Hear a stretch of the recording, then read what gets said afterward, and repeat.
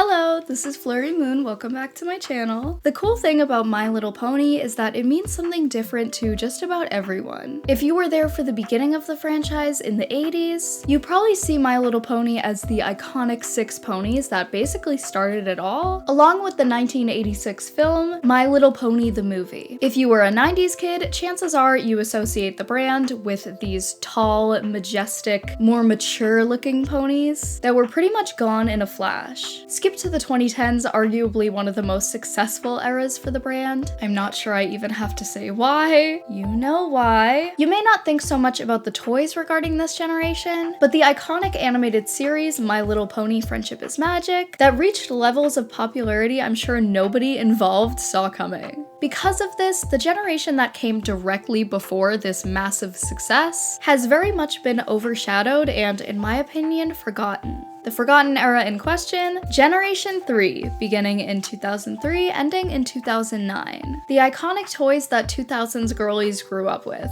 The weird art style that I can't believe I didn't realize until now how ugly they actually were. Minty, such an integral character who seemed to completely vanish after this generation. She even had her own movie. Like, what did they do to my girl? The countless number of DVD and VHS movie releases, not to mention the obscure side of Generation 3, where all the cancelled unreleased content and odd moments live. We're going to go through just about everything, so let's get into it. But before we do, as always with these major deep dives of mine, I'm probably going to miss some stuff or even get stuff wrong, which I totally try my best not to do, but I am summoning the Generation 3 My Little Pony stans to swarm the comments and correct any mistakes that I have. Hopefully there won't be any. However, there are things I purposely won't be discussing just because this video is going to be massive. Like, this is going to be one of my longest videos. So although you might not hear everything you want to hear in this video, if there's anything major I missed that you would like a video on, please, please, please,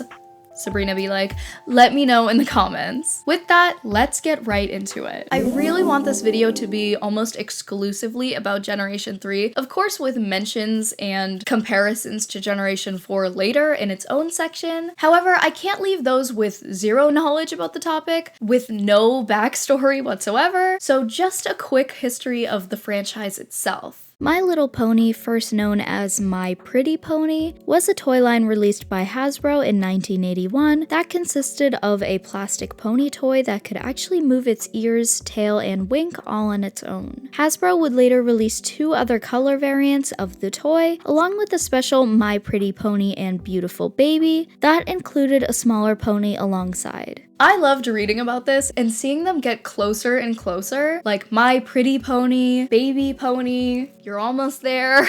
It wouldn't be until the very next year where Hasbro would find its footing with the My Little Pony line. This would then obviously become the official name of the franchise. I was surprised to see how similar these 6 variants looked to Generation 3. I don't know why, but I typically envisioned the early years of My Little Pony to look like its 90s counterpart, like the super tall ponies. From this release to 1992 would be labeled as Generation 1 My Little Pony. This decade would give us many different variations of ponies such as unicorns and sea ponies, along with our classic toys, as well as a movie and several different animated series. Generation 2 would have a much shorter run, beginning in 1997, only lasting until 1999. This era would face a redesign that would not see the same success as the previous decade's look did. Hasbro opted for taller and slimmer ponies with much longer legs. This was definitely a bold move, and although I think some of the choices weren't really bad, such as the ponies having jewel eyes and the movable necks, which we would see in later years, it does feel a bit like a knockoff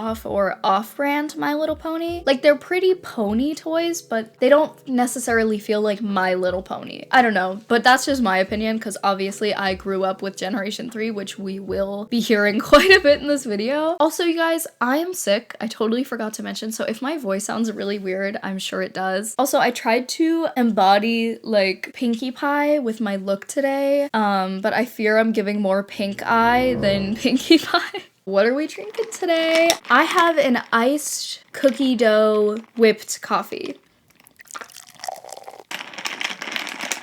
This generation wouldn't do very well in the US, however, it did see some success in Western Europe. Okay, with that, Generation 3.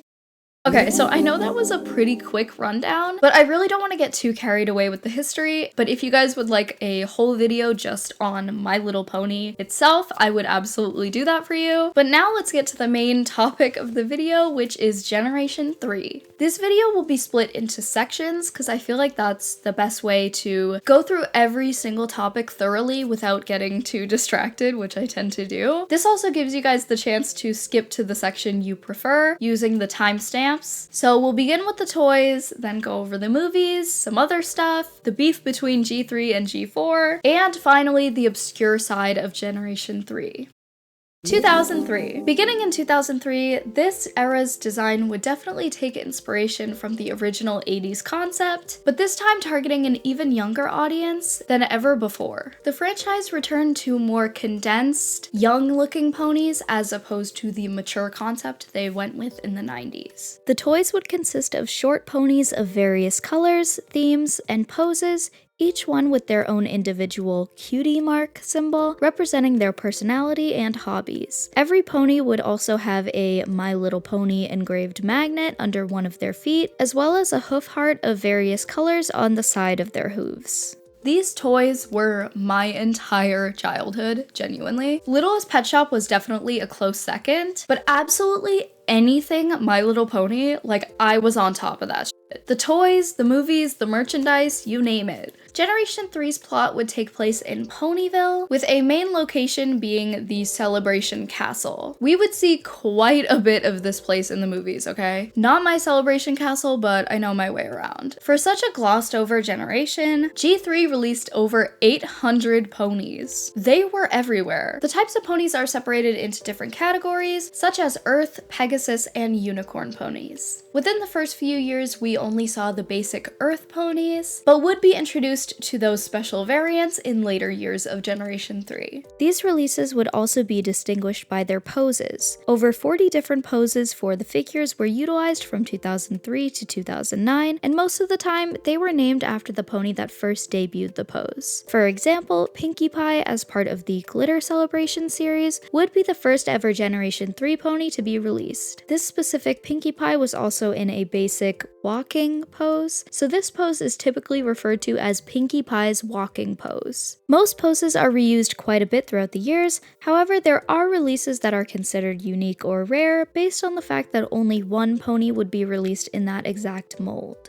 Anyway, to get back on track, 2003 would bring us our first two toy releases, the Glitter Celebration series as mentioned before, following with the Rainbow Celebration release. Glitter Celebration would feature 4 ponies with tinsel in their hair, each package including a brush, ribbon, and even a special charm. Some were even included with special bonus stickers, which I'm sure was very exciting. We would also receive a Wave 2 of this release with 4 more ponies, although 2 of them would be re-releases of Pinkie Pie and Sparkleworks with different poses than before. What I see as a sister series to Glitter Celebration would come next, entitled Rainbow Celebration. This would give us a similar gimmick along with the same accessories included, but this time with tri-colored hair as opposed to tinsel. There would also be a second wave of this series as well, following the same pattern, 2 duplicate ponies with new poses. The Glitter Celebration series would then be released again, this time included with the first ever Generation 3 movie, A Charming Birthday. You could only receive this VHS by purchasing one of these ponies, as well as a few special mail order exclusives. The movie would also have a re-release in 2007 for DVD. This would be the first of many My Little Pony movies, which would basically just be little 20-minute short stories. This would not be the only My Little Pony film planned for this year though, which we'll get to later. We will get to the movies in a second. That will be its very own section, so if you don't want to hear about the toys, you could just skip to the movie part. But let's really focus on the toys here. 2003 would utilize recurring characters such as Pinkie Pie, Rainbow Dash, Minty, Sparkleworks, and Sunny Days, who would all be released in several packs this year. As for the rest of 2003, we would receive a few other packs and playsets, such as the Promo 2 packs, the Picnic like Tea Party, Birthday, and Moonlight Celebration packs, and the Castle, Salon, and Candy Cafe playsets. We also got some store and country exclusives, such as the Target exclusive Winter Ponies and the Europe exclusive Seasonal Celebration. Although these ponies did eventually get US releases, except for Winter Snow, so she is seen as quite hard to find. The only major variant difference in 2003 would be the baby ponies that would return quite a few times in the series. 2004. The theme for this era would be the Friendship Celebration. We would first see similar releases as the previous year, such as more Rainbow and Glitter series, but the brand would quickly branch out into different gimmicks and sets, making 2004 a pretty solid year for My Little Pony. The first unique series we'd see would be the Jewel Ponies. The series would include 9 new characters, this time with jewels as their cutie marks.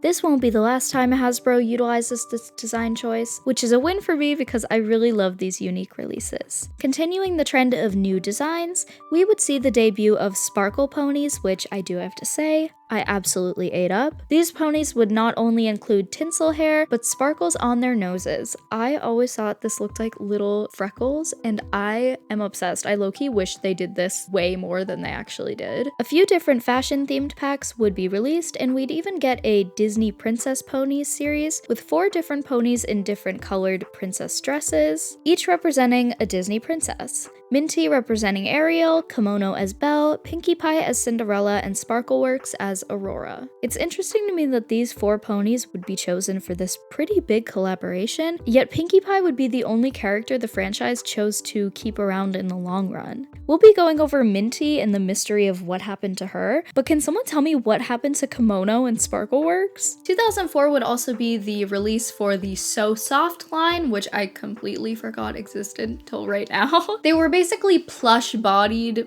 baby ponies with plastic heads. Kind of supposed to be like My Little Pony's version of baby dolls. They did go through quite a few redesigns. I personally like the 2007 version the best, though they're all kind of creepy to me. What do you guys think? Maybe I'm the only one, but I feel like they're giving me like Uncanny Valley vibes. I don't know. Stores like Target, Toys R Us, Costco, Walgreens, and many more had My Little Pony booked and busy, okay? Especially in 2004. As we'd see quite a few different exclusives to those stores in this year. Such as Blue Mist and Winterberry, both exclusives of their previous lines, Windwisher, Wing Song, as well as the Easter and Winter packs, not to mention the McDonald's Happy Meal collaboration exclusive to Europe. Just like 2003 with A Charming Birthday, we would receive yet another My Little Pony short film called Dancing in the Clouds. With this came a special toy release called Starcatcher. This would be the first, as far as I know, Pegasus toy from Generation 3. Now, I don't want to dwell too much on each individual year, so we are going to go through them all, but let's just skim through the next few. 2005 and 2006 would, of course, bring some classic My Little Pony packs. A personal favorite of mine would be the 2005 Jewel Birthday Toys R Us exclusive, with 1 pony representing each month of the year, with their cutie mark being a jewel in the color of that month's birthstone. And you guys, I, of course, have the July version. Also, all of these ponies I have are from storage, so they are a bit of a mess. I was born in July, so I have the July version with the ruby birthstone, and I really like this one. I'm glad I got this one, and for some freaking reason, I also have the September version.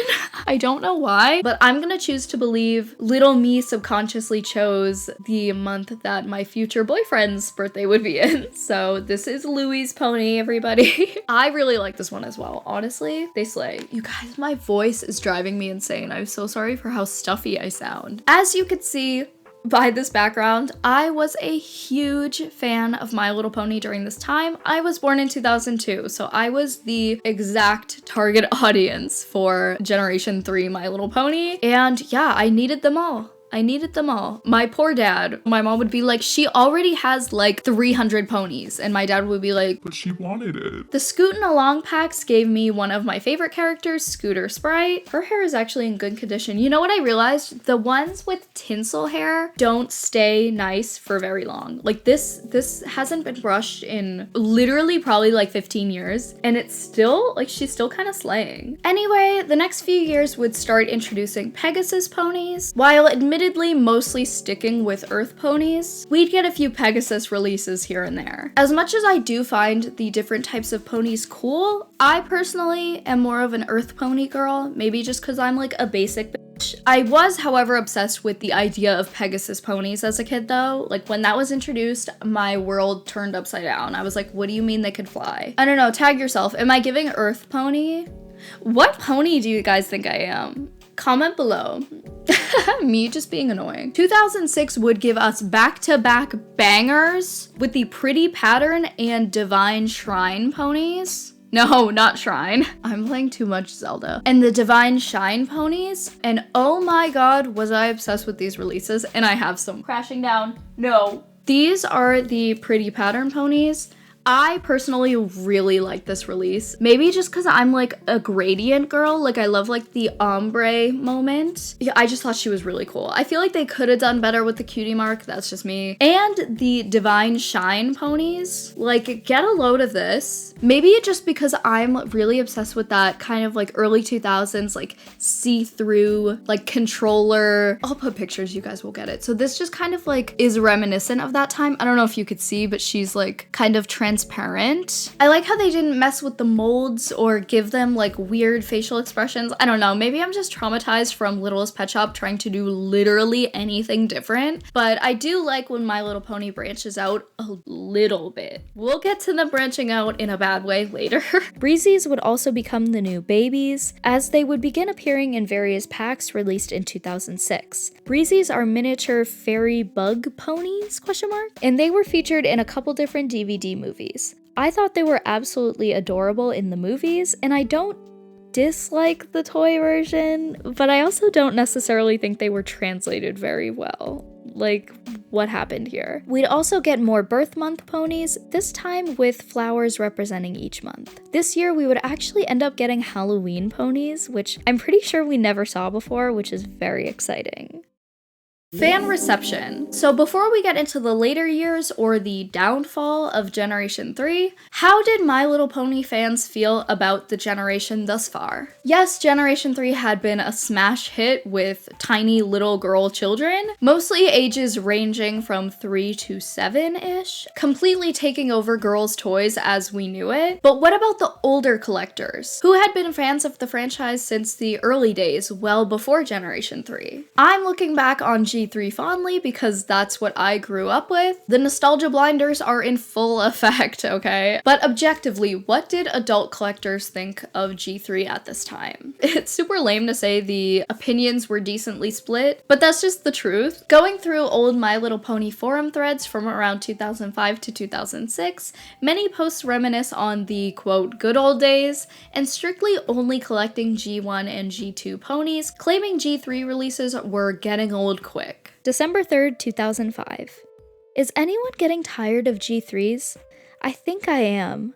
I thought I would be completely enthusiastic when I get my new ponies, but somehow I feel bored about some of the new ponies. I don't even feel like taking them out of their boxes. I kept telling myself that I'll only get the Pegasus ponies from now on, but I bought the rest out of the must-have them all habit. I wonder if Hasbro is losing their touch, or is it just me? It seems that lots of colors are getting repeated, and new ideas aren't exactly refreshing.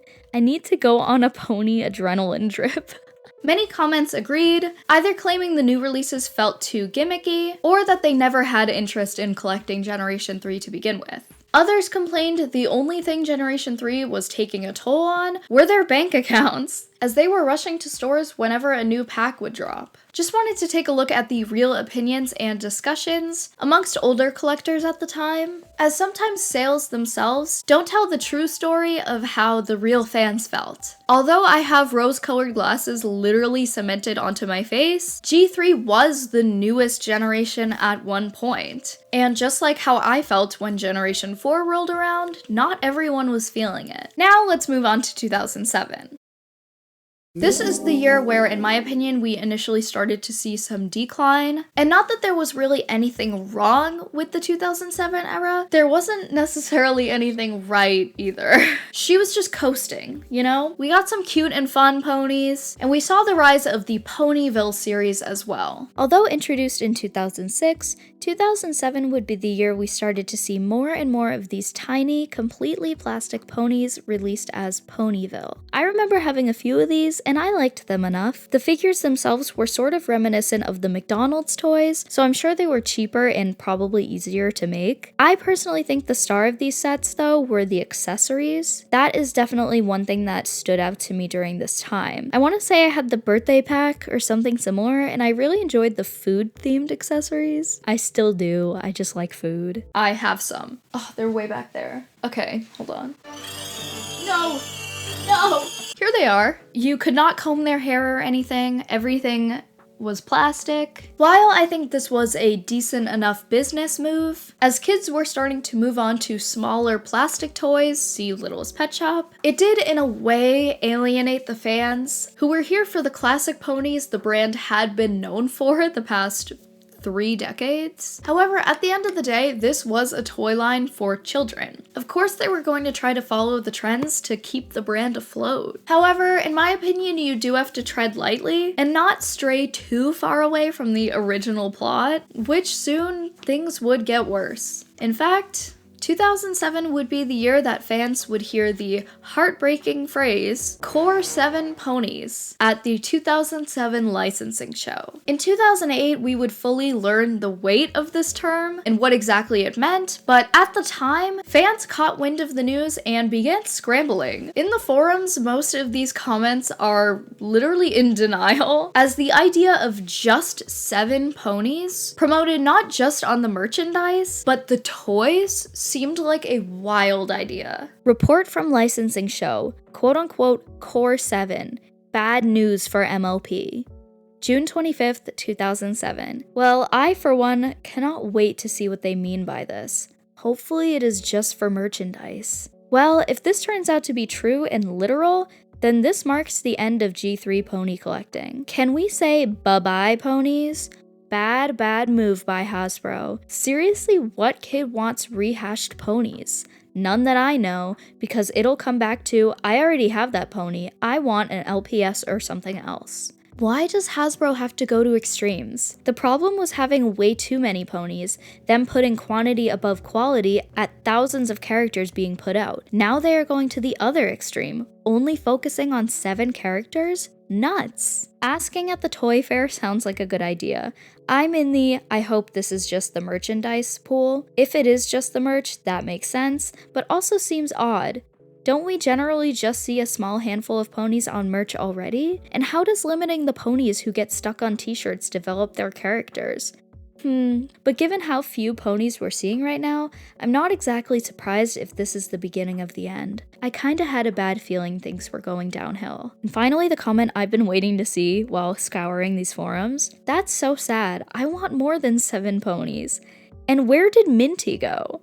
Minty's my fave. She even had a movie. How can she be canceled out? Dude, I'd better go buy ponies now before they're all the same. Hasbro couldn't possibly condense this entire franchise that depends and profits off the insane amount of variety just to 7 ponies. Can they? Well, turns out they can. And they would. 2008 would bring us the Core 7, exactly in the way fans had hoped they wouldn't. This year, Hasbro would not only stop making new characters in general, but shorten the number of new ponies being sold down to 7. This would mean that only 7 of the same ponies would be released over and over again. The Core 7 would consist of Pinkie Pie, Rainbow Dash, Sweetie Belle, Scootaloo, Star Song, Cheerilee, and Toola-Roola. Each character was given a different role in the group to set them apart from one another. Pinkie Pie would be seen as the leader, Cheerilee the storyteller, Rainbow Dash the fashionista, Scootaloo the sporty one, Starsong the singer and dancer,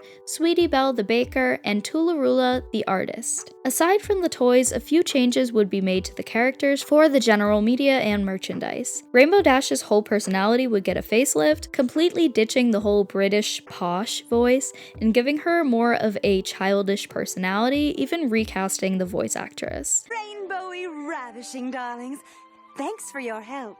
Oh, dressing up to get some fun ideas for a dress-up party.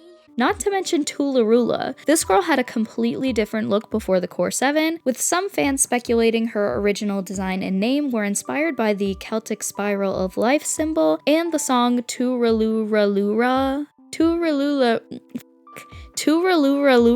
an Irish lullaby. However, our Irish queen got the boot, and although they kept her name, Toolaroola was changed to look more like Rarity. Now, I'm not sure why they didn't just make Rarity a part of the Core 7 instead of doing this whole Toolaroola and whatever switch up. I don't really know what's going on.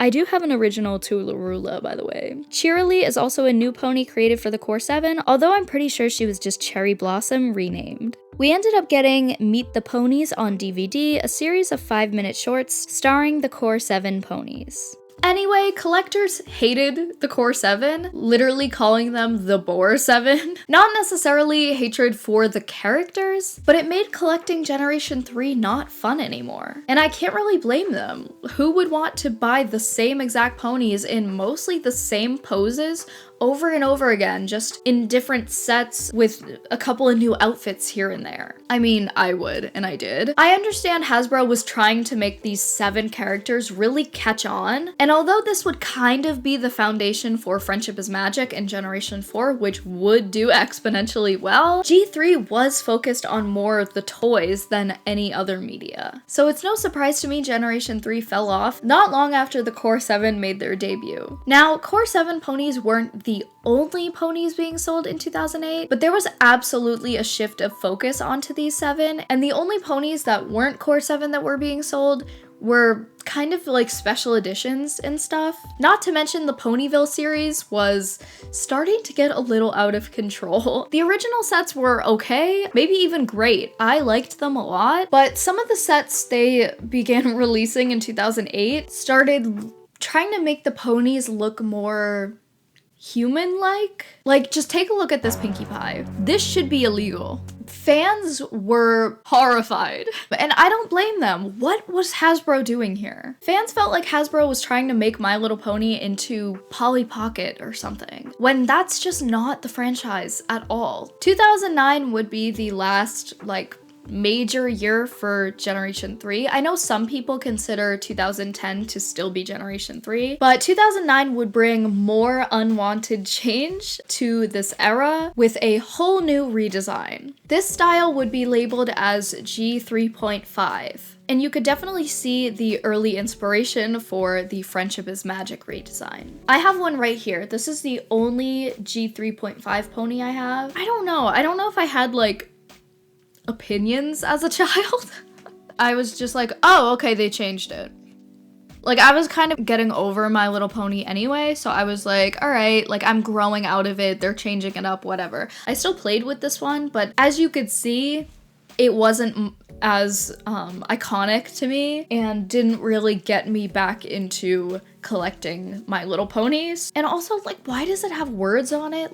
Pinkie Pie. If you didn't know, this is Pinkie Pie. Girl, I know. Just to compare, I know she has literal shit on her. I don't know what that is, but this is one of the, I want to say this is from 2007 or 8. This is the only pony of mine that doesn't have a magnet. A comparison. I know their hair is crazy, you guys. Let me try to get it out of their face. You could tell they're definitely, during this era, we're trying to make them look even younger. I don't know. I mean, I'm sure this is how the 90s fans felt about Generation 3. I'm totally, trying to look at this, with some nuance, but, it's definitely a big jump, and it's personally not for me. We would also still only really be getting Core 7 ponies in this design. We did get the newborn cuties, which I think were pretty cute. cute. I think they definitely, the Newborn Cuties line definitely took inspiration from the 2007 version of the So Soft line. We get more DVD specials, and that's about it. And as of 2010, Generation 3 is over. As fans are eagerly waiting for the next generation, of course, some are not really sure what to expect, and whispers of a new animated series are spreading, and they'd get it. However,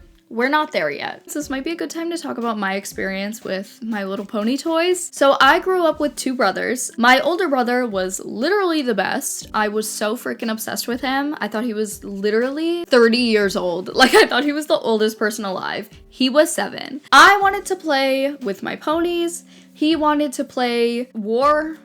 I don't know. So to compromise, we would play war ponies and make them K-word each other. I didn't necessarily like this. I wanted to make them, I don't know, like go to a bakery, go shopping, maybe go to school or something. But the only way he would play with me is if we made them go to war.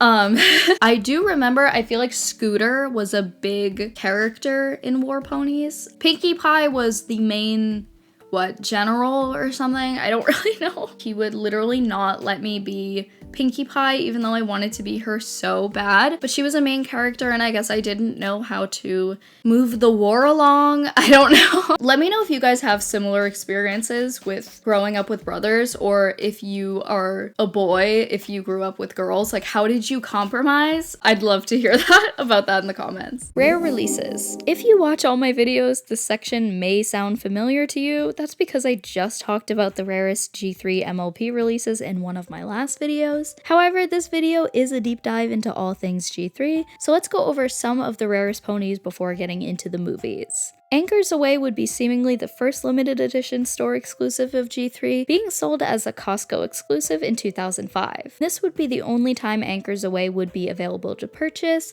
making her one of the rarest ponies to date. Next, we have Beach Belle and Caribbean Delight, who were sold as a 2-pack in 2005 for Menards. These two are beach themed, super cute, love them. Next up, 3 ponies would be sold as Walmart Black Friday exclusives in 2006 as part of the Crystal Rainbow Castle set. The castle itself had been sold previously, but Crown and Glory, Pretty Palace, and Royal Beauty would all be sold as a limited edition release, therefore making them quite rare. Moving on to the licensing show and Toy Fair exclusives, these releases would not be available to the general public, but only to those who attended these special, one-time only My Little Pony events. Starting with the 2003 licensing show Pinkie Pie. This special variant would include a special symbol with the words licensing show around her balloon cutie mark, as opposed to the original design that was simply just balloons. Ideally, the only way you could get this special modified Pinkie Pie would be if you attended the licensing show. However, Hasbro accidentally ended up selling a few of these exclusive Pinkie Pies at Toys R Us, which is really funny. This 2007 MLP Fair Pinkie Pie is gorgeous. I love the white to pink gradient. I'm just such a ombre girly. The balloon cutie mark is in pink and orange as opposed to her original pink, yellow, and blue, and she also has a unique design of the same colors on the other side. We'd also get the peacock pony for the 2009 MLP Fair.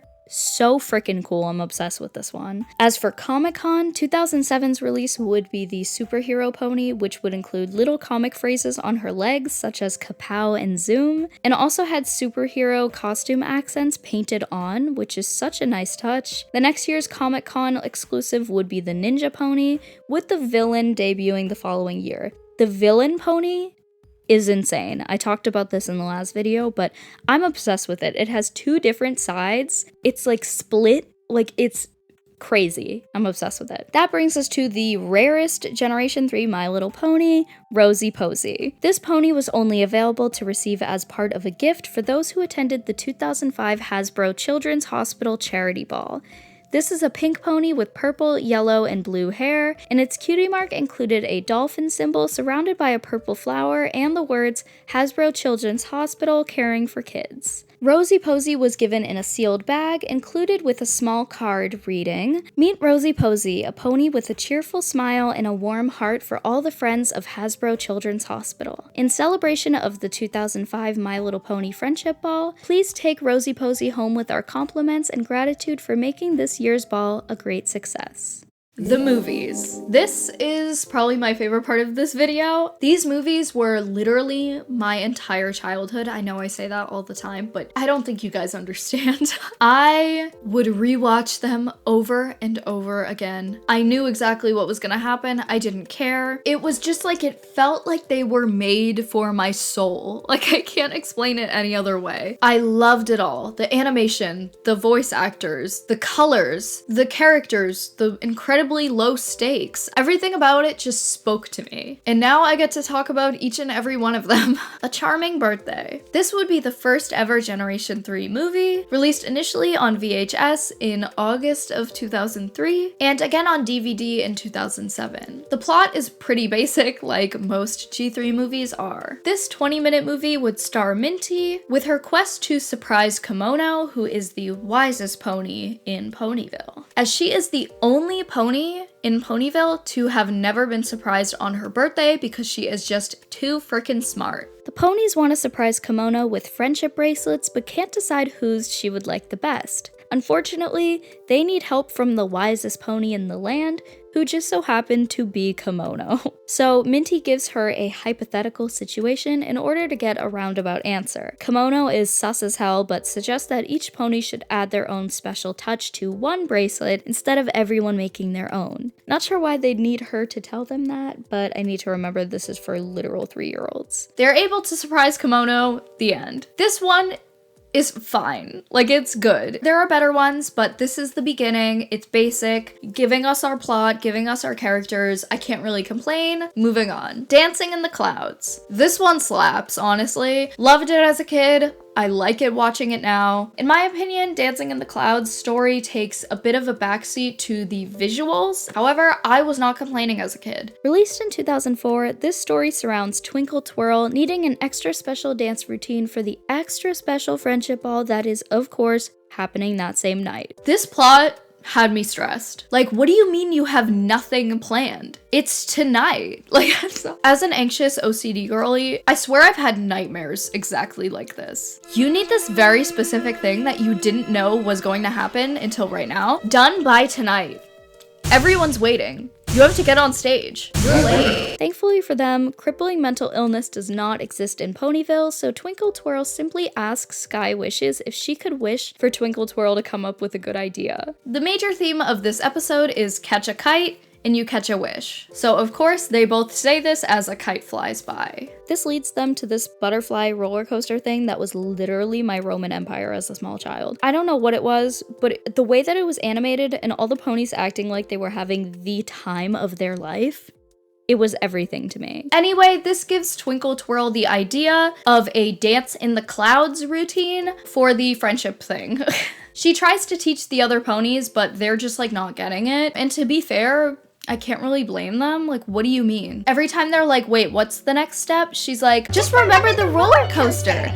A dance in the clouds. And I'm like, what the F are you trying to say? Like, what is the next move?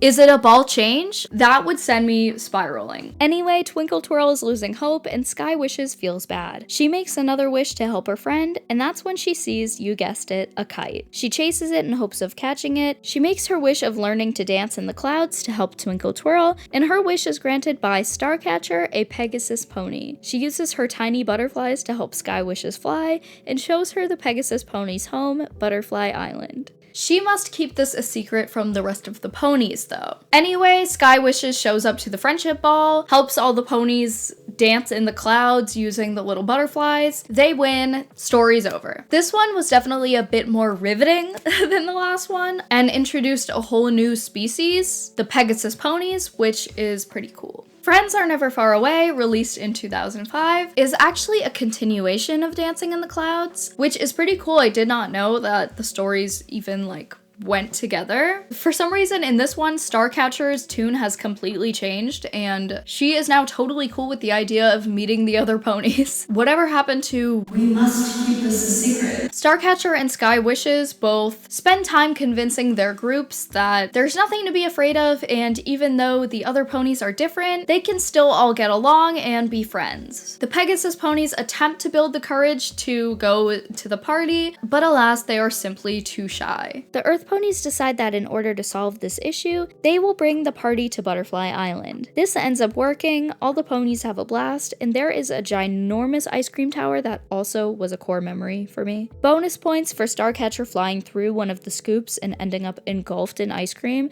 and the baby Pegasus sliding down the entire tower. All around good message, fun animation, actual higher stakes this time, like when the Earth ponies were about to fall and then the Pegasus ponies had to come out from hiding to save them before they fell. They also sang a cute song at the end, which was really catchy, so I really like this one. A Very Minty Christmas. Released in 2006, this would be the first ever Generation 3 My Little Pony film to exceed over 20 minutes, actually doubling that and standing at 44 minutes. Immediately, you can tell they upped the production with this one, beginning the holiday special with a musical number, which wasn't very typical for MLP at the time. You could also tell just by looking at the ponies that more time was taken artistically to give them some nice shadowing, and I think it looks great, honestly. We see a bit of Minty's quirky personality and how she feels the need to fix things that don't need fixing, like how she ruined the snowman the other two ponies just made perfectly because she thought the head needed to be moved just a tiny bit. Each year, the ponies hold a little Christmas celebration thing on Christmas Eve where they make this special glowing candy cane and put it at the top of the tree. This way, Santa will see the glowing candy cane and be able to find Ponyville. However, Minty needs to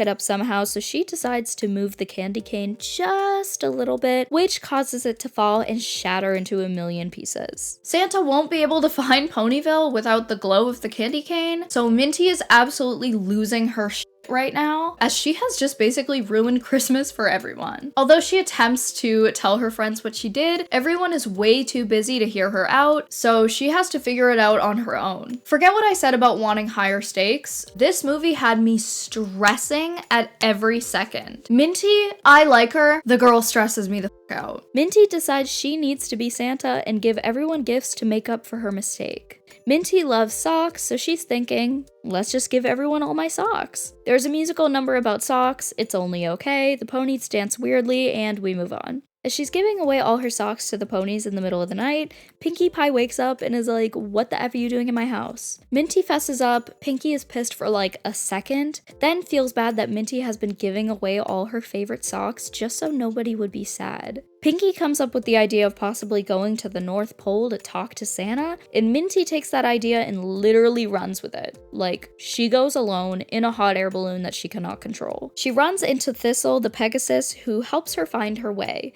The ponies follow her, and the balloon malfunctions, gets caught on a branch, leaving Thistle and Minty dangling. Pinkie Pie has perfect timing and catches Minty before she falls. They find Santa's house, although he's out giving out presents because it's literally Christmas Eve.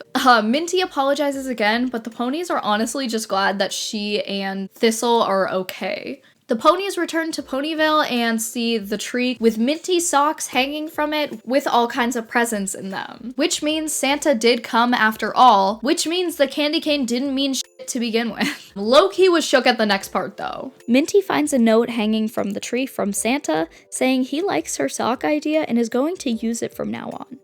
Stockings. Are you telling me canonically hanging your stocking was not a thing before Minty and her socks? I'm shook. Honestly, this one was really good. Although it stressed me out a lot, something a lot of G3 haters will complain about is the lack of stakes in these movies, but I was stressed. Obviously, I knew everything would end up okay, but there's a part where like Minty is like crying in the mirror because of how stressed she is, and I felt her pain. Pinkie Pie was valid in being upset with Minty, but immediately turns to, it was just a mistake, it's fine, what can we do to fix it? Minty is a little careless, but genuinely means well, and really is devastated. Not because Santa isn't coming to give her presents, but because her friends are going to be so sad and disappointed in her. It's a great message on all sides, and fun to watch. This was probably the best one so far for me. Let's move on. The Princess Promenade, released in 2006, tested my fucking patience so bad. I hated this one, honestly. And this one actually stands at 50 minutes. That's 50 minutes of me fuming. This would be the first time we meet the Breezies, which are absolutely adorable in cartoon form, not in toy form. And that is just my opinion and my opinion alone. How did they butcher these so bad? I have no idea. However, I liked them as a kid. Like, I like these toys. Obviously, I have a few of them, but looking back, I hate them, actually. Anyway, this time the ponies are getting ready for the spring promenade. The ponies and Breezies are hanging around, picking flowers, and preparing for the promenade when Wisteria spots a big weed she wants to pull. Pinkie Pie tries to help, but they end up falling in a hole in the ground below the weed. The Sneezy Breezy follows them to help as the three try to find their way back up. A weird smell leads them down a weird route, where they find this weird glowing flower. They find out the flower is attached to this dragon named Spike, who's been asleep for 1,000 years. The ponies want him to join the party, but he literally smells like shit because he's been sleeping for 1,000 years. So they give him a bath, sing a song about it. I always thought the bubbles looked like popcorn. Just a little tidbit there. For whatever reason, Spike thinks there should be a princess in Ponyville. I don't know if he was around royalty 1,000 years ago or something, but this is what he thinks. He chooses Wisteria to be the princess because of the flower or whatever. She picked up the flower. I don't really know. This immediately messes with everything because now the ponies don't know how to act around Wisteria because she's a princess now. Like, this girl's royalty, okay? And this is when Spike really starts to piss me the F off. Everything Wisteria tries to do, he's like, princesses don't sniff flowers. Princesses don't dig in the dirt. He literally tells her princesses can't have friends. This just reminded me why we don't have men in the My Little Pony universe, because they just ruin everything. My thing is, like, they saved as if I'm one of the ponies, we saved you, like, from fucking eternal slumber, and then you're gonna come over here and tell me, like, how to do shit? I did not like this movie because of Spike. He was so annoying. He literally makes, like, Wisteria becomes depressed, like, genuinely, because she can't be herself anymore. Anyway, long story short, Wisteria stands up for herself and tells Spike to F off and that she just wants to be herself. Instead of quitting being a princess, she uses her princess power to make every single other pony in Ponyville a princess as well. Anyway, let's speed through the rest of the movies. Okay, so you guys, I decided that this video would literally be like 1,000,000 years long if I went through each and every one. And there are a few that are kind of just like super short, kind of whatever. I personally think the only ones worth mentioning after Princess Promenade are the Runaway Rainbow, a classic, A Very Pony Place, and there's a few others. I mean, there's Meet the Ponies, which is fine, you know, but they're all kind of short. I'll just talk about some of my favorite moments. Honestly, I can't think of any specifics for Runaway Rainbow of why it's so good, but it just is. Like, I feel like it's objectively one of the better ones. I think the animation looks great. Rarity is really cute. Like, I love her tiny horn. I like her song, Sometimes I just wanna have fun. The cake that she eats looks so effing good.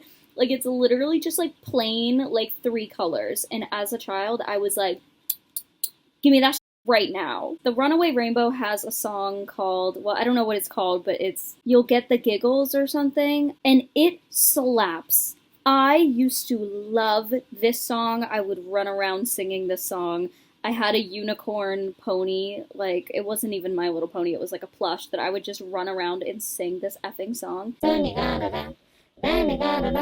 Suddenly we get the giggles. I don't even know if I can sing that. I'm gonna put so much freaking autotune on that. So good. Highly recommend. I do think The Runaway Rainbow is a solid movie. A Very Pony Place has 3 different stories in it, but the one that stands out to me the most would be Two for the Sky. I know it's kind of an odd one since they speak in rhymes, but I loved this one so much. The scene where the 2 ponies are going to bed and they're like, sleep, my friend, sleep. Good night, my friend. Or I don't know what they say. I literally made my mom say that to me, like, every night before bed. Like, we were the ponies. Like, I was like, that is so us. So to this effing day, we still say, sleep, my friend. Good night, my friend. Even though I'm pretty sure that's not even what they said. My friend, good night. My friends, sleep tight. So I just love that one. I'm not going to talk about the 3.5 movies. I just, like, there's only one, I think. I just don't want to. Maybe I'll do a whole video on 3.5. I feel like it's just so different. There is, however, a live action like performance with like big pony puppets. I think it's called the biggest celebration or the biggest tea party or something like that. I'm not gonna lie, I haven't seen it. I did not watch it. Maybe I'll save it for another video. I just saw how long it was and I was like, I don't know about this. So I know you can hate me in the comments, but this video is literally like over an hour. So if you want a part 2, maybe I'll talk about some of the stuff I glossed over, but yeah. Generation 3 versus Generation 4 hate. After My Little Pony Friendship is Magic began airing, viewers had fallen in love with the show's smart humor, intriguing storylines, and lovable characters. The animated series was definitely aimed toward older children and even preteens, as opposed to the Generation 3 movies and media that were clearly made for toddlers and young kids. Basic storylines, overall theme of friendship and teamwork, nothing super groundbreaking. Friendship is Magic, although clearly made with little girls in mind, was one of those kids animated shows that the parents could have a laugh while watching with the kids. Because of this, the show had gained quite the adult fan base, particularly an adult male fan base. Yes, we're talking about bronies. Basically, for most bronies, it started off as an ironic thing, as most of these things do, but soon, grown men would no longer hide behind irony. They were standing proud with their love for My Little Pony, but they wanted to make one thing clear. That love did not extend to Generation 3. Okay, it wasn't just bronies. I do have to admit, Friendship is Magic fans were spoiled with a really great series. So anything before that, G3 to be exact, was deemed as lazy and boring. Alright, here are my problems with Gen 3 3.5. There is no conflict, even if there are antagonists, they aren't even evil, nonetheless bad. It's like telling your kids, nothing bad ever happens, everything is just sugar-coated sunshine and happiness. Mario Sunshine has sunshine in the title, and it isn't nearly as innocent. The lessons aren't even necessary to teach children. There aren't really any good lessons, and of all things they do teach, you can just learn from Friendship is Magic. In fact, Friendship is Magic teaches lessons even adults can find helpful. The dialogue and music is dreadful. Seems like the writers just gave up. You know, the best kids shows are written for the writer's enjoyment, not what they think what small children like. And the music isn't even catchy. Have you heard Pinkie Pie singing in Gen 3? And don't even get me started on the designs. Who needs color palettes? Just give them rainbow hair, even though that should be Rainbow Dash exclusive. Point made. As much as I agree that Generation 3 movies weren't breaking any barriers or anything, they weren't really trying to. And I will tell you why. Because Generation 3 did not need their movies. In fact, the only reason they made the movies was to promote the toys. The toys that were popular with little girls aged 3 to 7. The movies were not really made to be standalone pieces of media. They were made so kids would want to buy the toys, which were doing quite well. And to me, that's the biggest difference between G3 and G4. G3 made cartoons to promote the toys, G4 made toys to promote the cartoon. But what they both have in common, in my opinion, is the prioritization of one meant the decline of the other. It's no surprise to me that the G4 toys weren't that great. They were focused on the show, just like how G3's cartoons were only okay. They were focused on the toys. Of course, the movies don't have perfect comedic timing or outstanding character development. Most of their target audience could barely form a concise sentence. However, I do understand the point that writers should be putting together content that holds up, even if it's meant for young kids. I think in some ways it is insulting to children to just throw together something that kind of is just super basic and boring just because it is meant for young kids. So I totally understand the other side as well. However, I would like to hear what you guys think about that in the comments. Finally, we are reaching near the end of the deep dive, and the section I am most excited for. I know I said that about the movies, but now I've changed my mind. I love talking about the obscure side of all my favorite medias, especially something as wholesome and simple as Generation 3 My Little Pony. Although there's not a lot to go over, I had to do quite a bit of digging to even get some of this. There is a bit of content about Generation 3 out there. I highly recommend Shunk's video on the Generation 3 iceberg. Besides that, there's not a lot to go off of, so let's see what we can find. What happened to Minty? Minty was one of the 6 original My Little Ponies released in 1982. Although she had a completely different look with silver hair, more of a green color than mint, and a cluster of shamrocks as her cutie mark instead of mints. Minty has always confused me, honestly. Her color is mint, her name is Minty, but she likes green. I know mint is a shade of green, but she likes like pure green. And obviously she doesn't have to like the color that she is, but it's just a little confusing to me. And the colors clashing bothered me. Like she loves green, but she's mint. And to me, forest green and mint just kind of clash. I don't know. But now to find out that she used to have shamrocks as her cutie mark, like not even mints, and she's green. I'm starting to think Hasbro thought the colors green and mint were like interchangeable. I don't know, am I colorblind?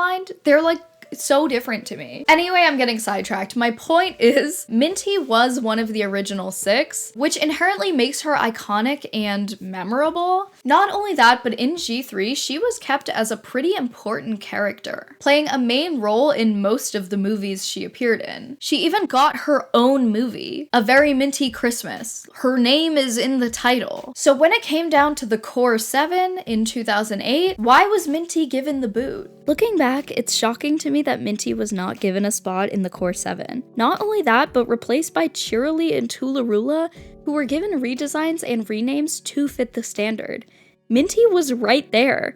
We all knew her already. She had a personality that stood out and didn't really step on any of the other ponies' hooves. I guess the only thing I can think of is the fact that Minty's personality was kind of clumsy and forgetful, so maybe Hasbro saw that as like a negative. But also they could have just changed her personality as they did with Rainbow Dash. Okay, another thing, the only thing I could possibly think of as to why they would get rid of Minty, in the later years of Minty being in the G3 movies, it's almost like every single movie she was made to look bluer and bluer instead of that like light mint that she was in A Charming Birthday.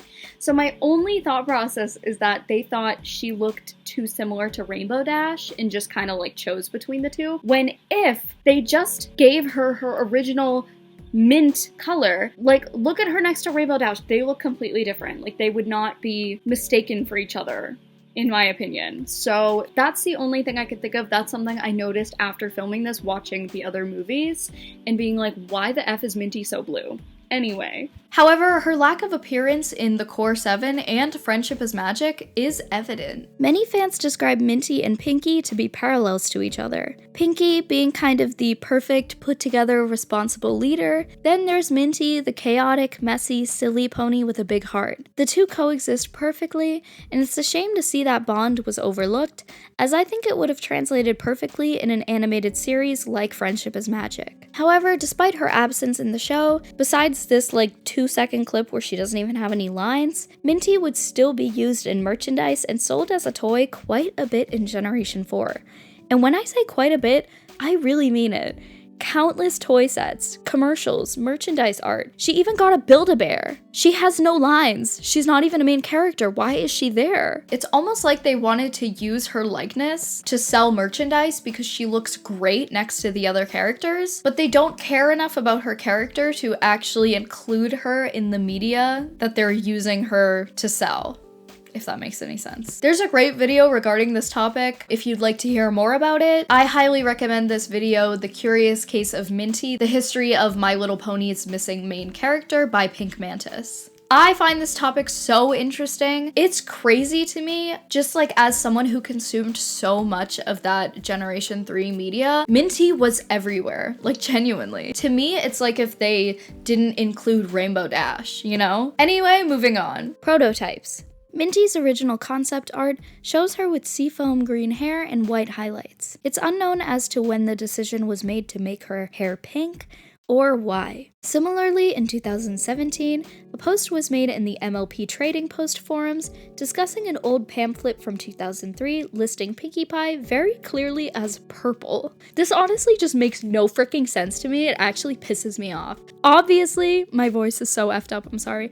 Obviously, this is simply a prototype that snuck its way into official merchandise, but on what planet would it make sense for Pinkie Pie to not be pink? I don't think it looks bad, it's just like ironic to me. Many other prototypes have been found using the Perfect Tommy's Long Beach Studios website, run by a person formerly in charge of Hasbro's hair rooting department, which is pretty neat. We get to see all kinds of early versions of the characters, such as this early concept Rainbow Dash, Applejack, ponies with wacky hairdos, and we even get some insight on the original designs we unfortunately don't currently have photos for, such as Sunny Days initially being named Sundance, Blossom Forth originally being pink, Sparkleworks had orange streaks in her hair, etc. This is a really fun rabbit hole to fall into, so I highly recommend looking into it if you're interested. Lost Generation 3 movie. If this section sounds familiar to you, that's because this is one of the first pieces of Lost media I ever covered on this channel over 6 months ago. My Little Pony the movie was a CGI film by Fat Rock Entertainment, set to be released in theaters and on DVD in October of 2003. But this movie never came out. According to the Lost Media Wiki, supposedly, the movie was seen being promoted up to 4 months before its set release date. So it didn't seem like this cancellation was planned up until the very last minute. Pamphlets were even included in the toys during the time, and a message from Pinkie Pie reads, "Dear friend, look for my friends and me in an all-new My Little Pony feature film coming to theaters in fall 2003. Hope to see you there, love Pinkie Pie." Information about the movie itself reads, October 2003, the 85-minute My Little Pony feature will begin its unique airing on Saturday and Sunday mornings, as well as weekday mornings during the holiday break. The film will be on a minimum of 1,000 screens in the top 20 markets for no less than 12 weeks. The home video release was set for spring of 2004. The Wayback Machine shows promotion of My Little Pony the movie on the franchise's official website from April to June, but all mentions of the film were taken down in July. Although we don't have any photos of unreleased ponies, we do have some names as well as exact Pantone colors provided thanks to that website I mentioned before. The names we have include Pepperbean, Curly Cute, Tiger Lily, Pixie Dust, Daffy Dill, Lil Ladybug, Cactus Flower, Happy Go Lucky, and Summertime. Lost CGI pilot hoax. I never would have thought I'd be fooled by a fake piece of My Little Pony Generation 3 Lost media, but here we are. Throughout the years, a few posts across wikis have described a CGI MLP G3 pilot from 2002 that essentially followed the same plot as A Charming Birthday. It was said that this pilot was shown at MIPCOM 2002, animated by N-Sky Studios, and when it did air on television, the reviews were negative. However, this never happened. The CGI clips used as evidence were actually from a My Little Pony G3 toy commercial. The only mentions of this supposed pilot on the internet are all from the same user who is literally banned from the fandom wiki for lying and harassing people. This is such an odd thing to lie about, especially considering the user seemed to have put a lot of time and energy into listing each and every detail about this short that they literally made up out of thin air. Allegedly. Very odd. Who knows though? Maybe they're telling the truth, and one day we will see this lost CGI pilot. Well, that's about it for this week's video. I hope you guys enjoyed. Make sure to like and subscribe and comment below what pony you identify with the most. I had so much fun making this video. I'm sure it's gonna be really long. I know I couldn't fit everything I wanted to talk about into this video, but if you guys want to see me talk about Generation 3 My Little Pony or just My Little Pony in general again, I would absolutely love to. Yeah, that's about it. I really hope you guys enjoyed. I love you, and I'll see you next week. Bye!